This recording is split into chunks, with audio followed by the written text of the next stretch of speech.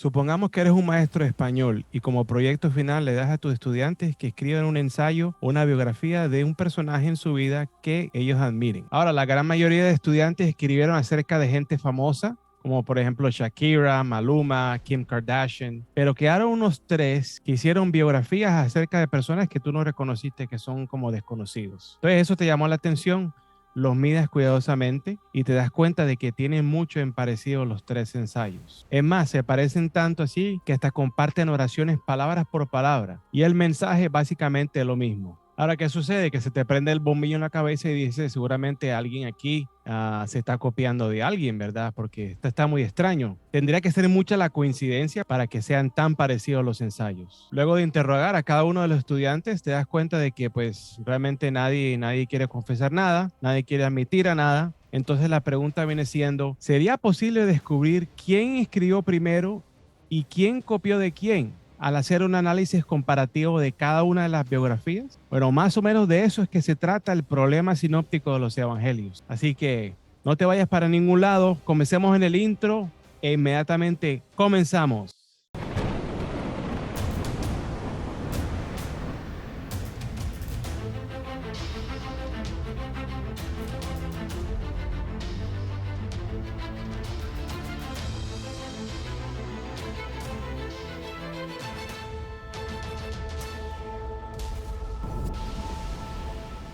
Señoras y señores, bienvenidos a este episodio de Los Ateólogos. Mi nombre es Mark Peralta y estoy encantado de estar aquí con ustedes. Primero que todo, pues queremos dar las gracias por los likes, por esos comentarios, esos diálogos que se ven en Facebook, en YouTube. Nos encanta ver eso, así que sigan adelante con su apoyo y pues ahí seguiremos nosotros trabajando duro para traerles el contenido y la información que ustedes necesitan. Así que pues gracias por todo. Bueno, comencemos hoy. El tema de hoy es un tema que es, básicamente voy a hacer un resumen de algo que es bien complejo. El concepto de lo que son el problema sinóptico de los evangelios es un tema que se trata a nivel académico. Hay expertos en crítica textual que se dedican a analizar estos textos de antigüedad. Ahora, ¿cuál es el problema sinóptico y por qué es tan importante saber de esto? Bueno, antes de hablar del problema sinóptico, necesito repasar con ustedes lo que la tradición cristiana dice acerca de los evangelios. O sea, lo que los creyentes han creído por los últimos no sé cuántos cientos de años. Según la tradición cristiana, los cuatro evangelios fueron escritos por cuatro individuos: Mateo, Marcos, Lucas y Juan. Cada uno escribe desde su propia perspectiva y obviamente inspirado por el Espíritu Santo. Por ejemplo, el Evangelio de Mateo fue escrito por Mateo, quien fue un discípulo de Jesús, también llamado como Leví. Que Marcos fue escrito por un discípulo de Pedro, que hasta dicen que está mencionado en Marcos capítulo 14, versículos 51 al 52, donde habla de un joven que aparece al final del Evangelio envuelto en una sábana blanca, que trató de seguir a Jesús después de que lo arrestaron. Bueno, que Lucas fue escrito por un tal llamado Lucas, médico, historiador, discípulo de Pablo, también reconocido como el autor del libro de Hechos. Y finalmente que Juan fue escrito por él mismo mientras se encontraba en exilio en una isla al final de sus días. ¿Será posible que la tradición cristiana esté equivocada? Expertos de hoy en día como Bart Ehrman, Bruce Metzger, Richard Carrier y Dennis MacDonald, de una forma prácticamente unánime, rechazan la tradicional autoría de los evangelios. Bueno, ¿qué significa la palabra sinóptico? La palabra sinóptico es una palabra compuesta que proviene del idioma griego. La primera parte de esa palabra es sin. Sin significa junto, y opsis, que significa vista o perspectiva. O sea que de la misma perspectiva, más o menos yo creo que eso es lo que están tratando de afirmar, de resaltar con esa nomenclatura. Para empezar, es importante tener en cuenta dos aspectos. En primer lugar, los evangelios originalmente fueron anónimos. En efecto, a diferencia de una gran mayoría de evangelios apócrifos y de muchísimas obras conocidas en la antigüedad, los manuscritos más antiguos de los evangelios canónicos en ningún lado mencionan ningún autor, ningún apóstol. Y resulta que el título que las Biblias le colocan como el Evangelio según Mateo, etcétera, eso llegó un poquito más adelante. Y realmente esto no es un descubrimiento nuevo, esto es algo que la iglesia ha sabido y ha tapado por muchísimos años. Es más, la gran mayoría de Biblias ni siquiera indican eso en el texto. Ahora, los evangelios no solamente fueron anónimos, sino que también Mateo, Marcos y Lucas tienen algo en común. Y por eso los académicos se refieren a esos tres evangelios como los sinópticos. Esto es debido al que al hacer una comparación lado a lado de los textos, podemos ver que tienen mucho en común. Tiene tanto en común que para muchos de nosotros esto pone a reto la autoría de los evangelios. Bueno, ¿qué tanto en parecido realmente tienen Mateo, Marcos y Lucas? Bueno, de hecho, estos evangelios relatan muchas de las mismas historias como la tentación de Jesús en el desierto, Jesús haciendo exorcismos, parábolas de Jesús, la transfiguración, el cuento de la higuera estéril, la oración en Getsemaní, la crucifixión y más. Todos estos relatos aparecen en los tres evangelios de una forma muy parecida. Además de contener muchos relatos en común, también podemos ver que utilizan hasta muchas de las mismas palabras. Por ejemplo, de los 661 versículos en Marcos, Mateo contiene 606 de ellos y Lucas contiene 308 de ellos. Solo 31 versículos en Marcos aparecen exclusivamente en ese evangelio.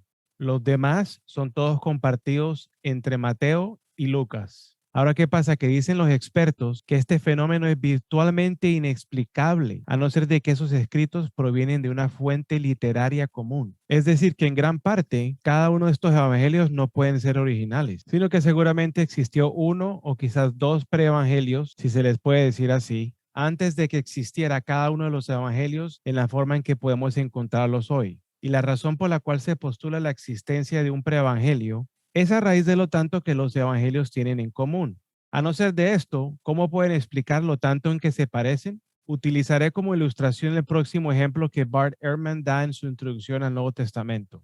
Considera un ejemplo paralelo que aplica hoy en día. Sin duda has notado que al pasar de los años, que cuando los periódicos, revistas y libros describen el mismo evento, como por ejemplo el ataque en el 9/11, lo hacen de cierta forma diferente. Toma tres periódicos de ayer y compara cómo relatan la misma historia. De ningún modo, a no ser de que el escritor haya sido deshonesto al copiarse de otro, encontrarás párrafos que son palabra por palabra iguales, a no ser que estén citando una fuente común, como el discurso de un presidente. Estas diferencias son notorias porque en general los autores son expertos en darle su propio énfasis y propio estilo de escribir. Cuando encuentras publicaciones diciendo exactamente lo mismo, te das de cuenta de que lo más seguro es que estén citando otra fuente en particular. Así que tenemos una situación muy similar con los evangelios. Hay pasajes compartidos por Mateo, Marcos y Lucas que son básicamente palabra por palabra y que lo más seguro es que alguien se copió de alguien. No, pues seguramente tú te preguntarás, bueno, no se supone que están reportando el mismo evento y que lo más seguro es que deben coincidir en los detalles. Y mi respuesta es, pues sí, deberían coincidir en los detalles que sean importantes para el caso, pero no necesariamente tienen que machar tan exacto. O sea, el problema es que los detalles son muchos los que son iguales y realmente no tiene sentido que personas, aunque reporten el mismo evento, lo digan exactamente de la misma forma, a no ser de que se hayan puesto de acuerdo. Ahora, en el caso de los evangelios, lo más seguro es que sucedió es que existió un primer testimonio que fue utilizado como una referencia, como un borrador que luego se utilizó para copiar y hacer más. Y luego, consecuentemente, ciertas personas en la iglesia habrán hecho redacciones que luego al pasar de los años, pues evoluciona la versión y pues entonces ahora tenemos lo que tenemos, ¿no? Y escúchame, Cristiano, sería muchísima coincidencia de que estos tres autores hayan escrito exactamente en la forma que lo hicieron, palabra por palabra. Sí, Mateo coge por acá y le dice un detalle por allá y luego Lucas dice algo diferente. Sí, supuestamente cada autor tiene su propio propósito, tiene su propia audiencia que le da un diferente sabor a la escritura, pero a la hora de la verdad hay muchas coincidencias, hay muchos pasajes que están escritos igualiticos y el problema es que en español o en inglés o en cualquier traducción es difícil ver las coincidencias, perdón, en cualquier idioma es difícil ver lo tanto en que se parecen, pero cuando tú lo miras en el griego, ahí se nota inclusive más y ese es un problema, porque para mí eso pone un poco de reto a la autoría de estos mensajes, al contenido. ¿Qué tan viables realmente son estos relatos acerca de la vida de Jesús? ¿Podemos realmente confiar en ellos? ¿Realmente existió una inspiración divina si se están copiando? ¿Acaso Dios no puede ver en el futuro y decir, oh my gosh, yo, si voy a inspirarlos, que sean bien originales para que no haya sospecha, ¿verdad? Pero bueno.